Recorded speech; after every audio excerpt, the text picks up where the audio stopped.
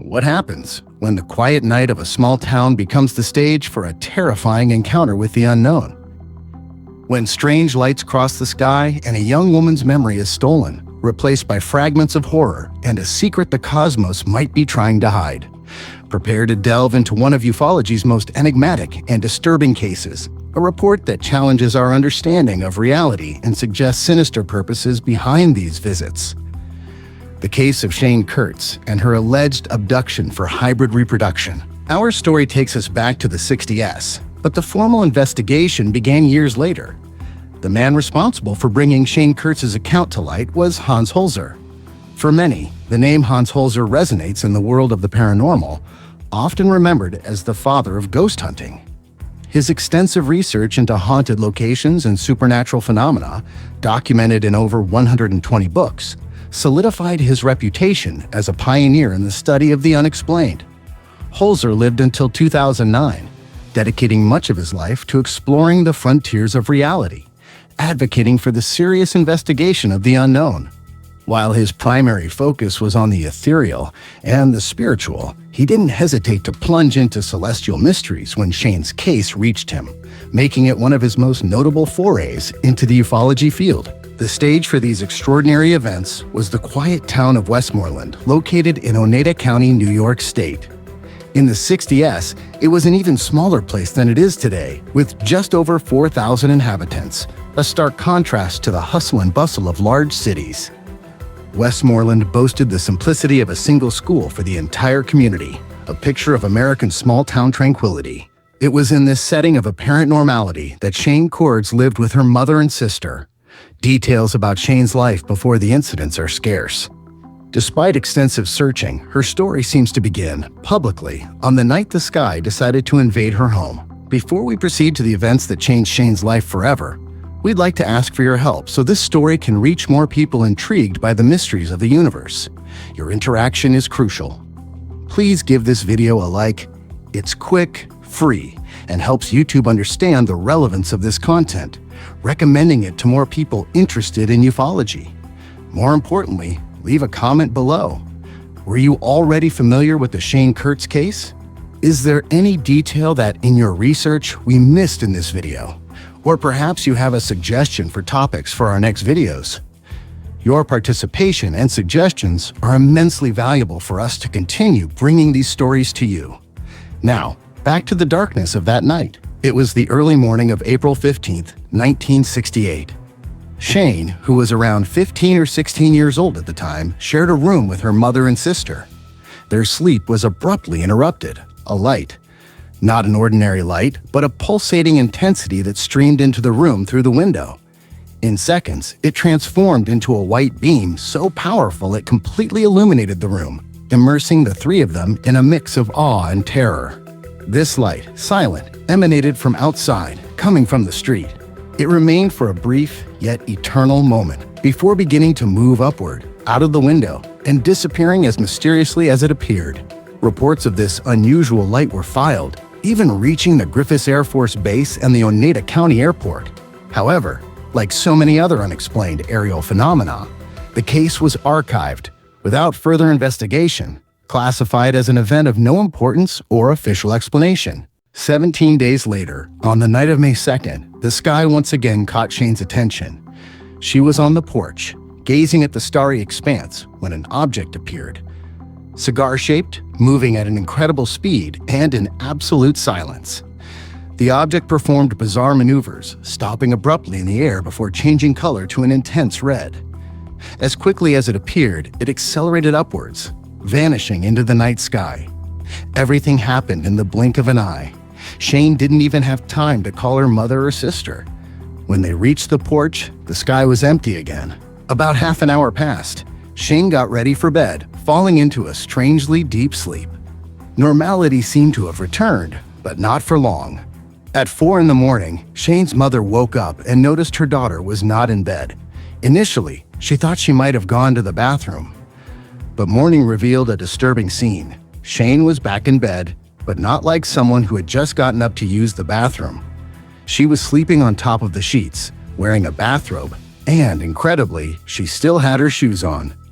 shoes that were dirty with a strange, reddish-colored mud that now stained the bed.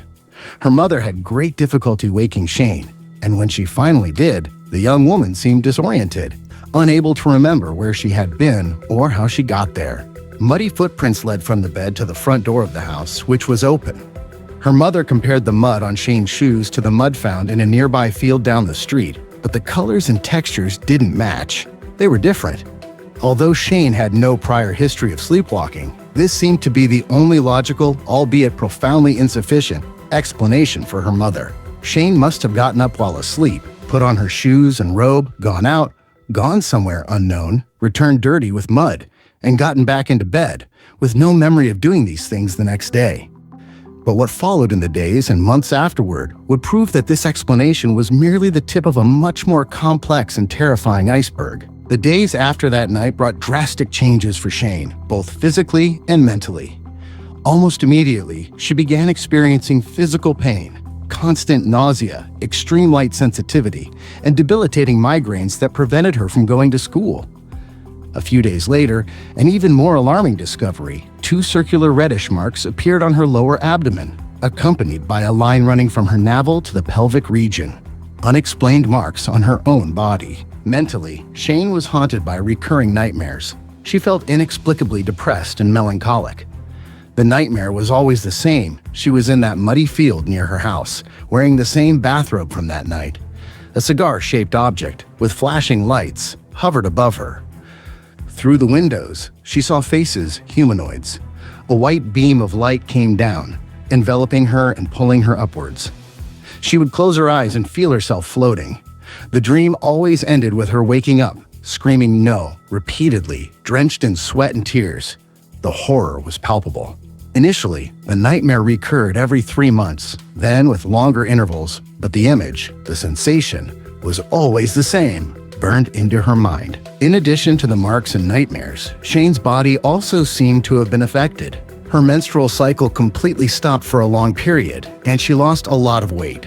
Worried, Shane and her mother sought medical help. Exams and tests were conducted, but the results were puzzling. No anomaly, no physical problem that could explain the cessation of menstruation or the weight loss. Doctors stated that Shane was perfectly healthy. The only plausible explanation, according to the medical team, would be a severe psychological trauma that caused such a shock as to disrupt her bodily functions.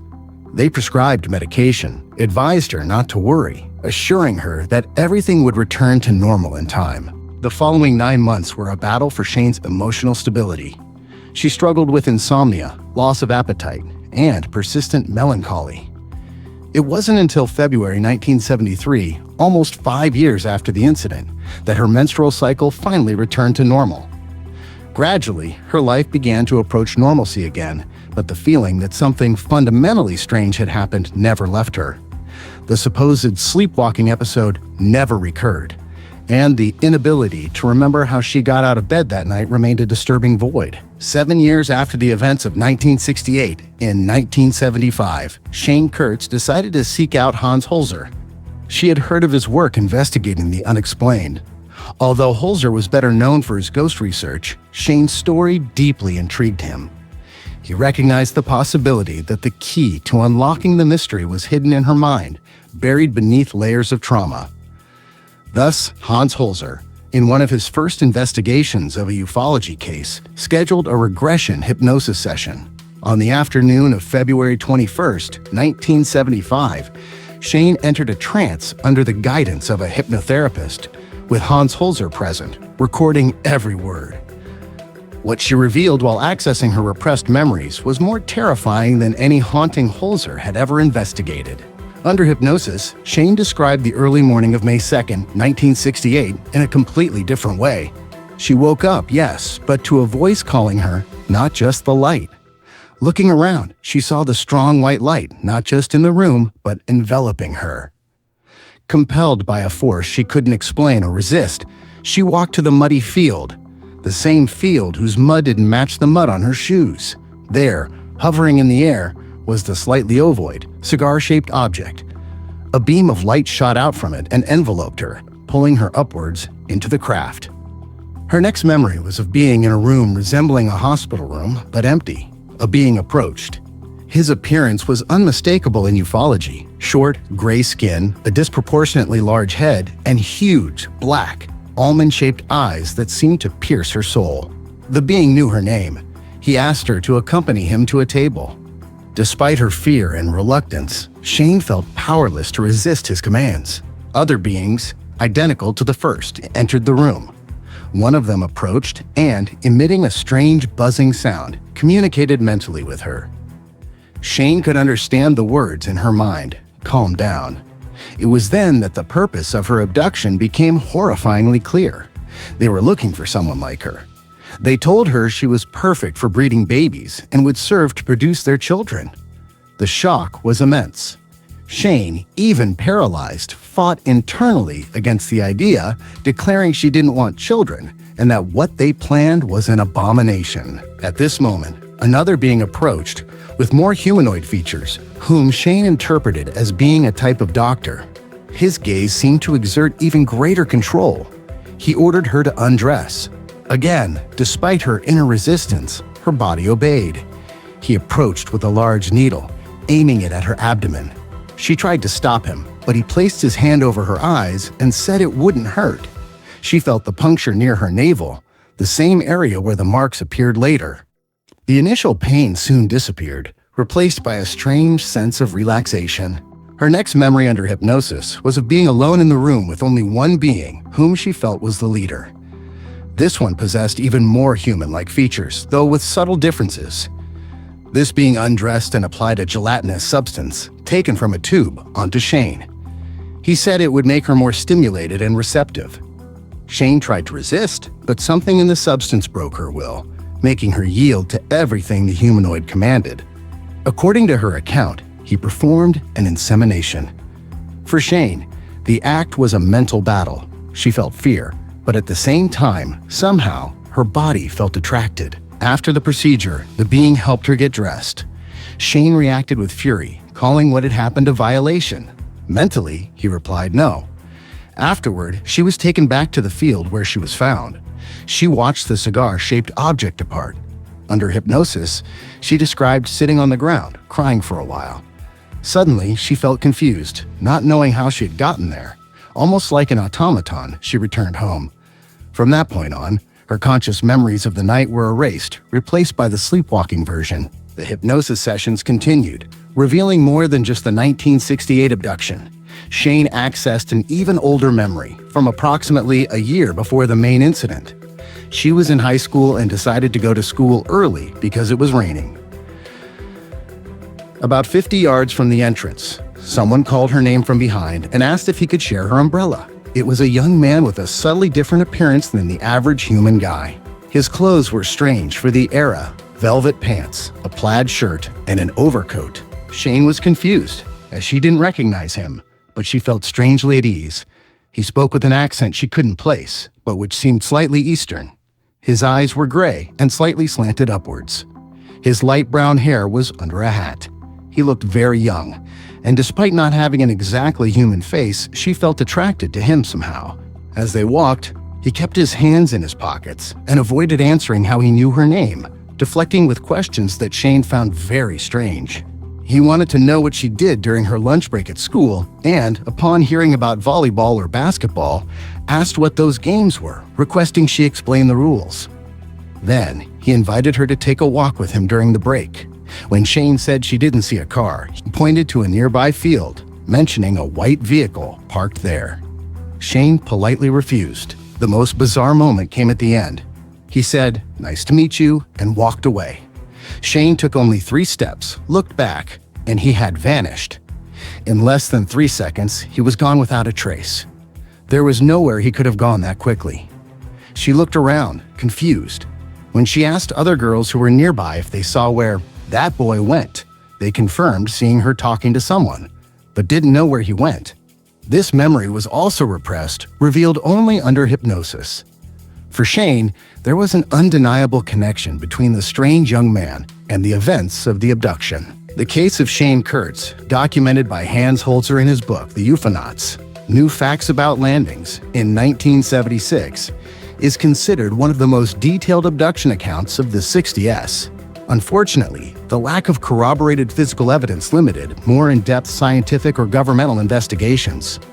Shane's story remains, for the most part, a personal account, but its richness in detail and striking similarities to other abduction cases around the world, such as the famous Brazilian case of Antonio Villas-Boas, where a man reported being abducted and having a forced intimate encounter with a humanoid after the application of a substance that made him receptive, give it significant weight in the ufology community. Many ufologists consider the Shane Kurz case authentic precisely because of these compatibilities with accounts she, at the time, likely had no knowledge of. The question remains, did Shane Kurz give birth to a hybrid child? The publicly available information does not clarify this point, nor does it provide updates on other possible events in her life. The Shane Kurz case forces us to confront uncomfortable questions. Are these encounters mere hallucinations, or evidence of a complex and frightening interaction with non-human intelligences? Are biological purposes part of a larger agenda that we are just beginning to comprehend? Shane's story is a somber reminder that the unknown may not only be in the sky, but may have the capacity to invade our lives in the most intimate and disturbing ways possible.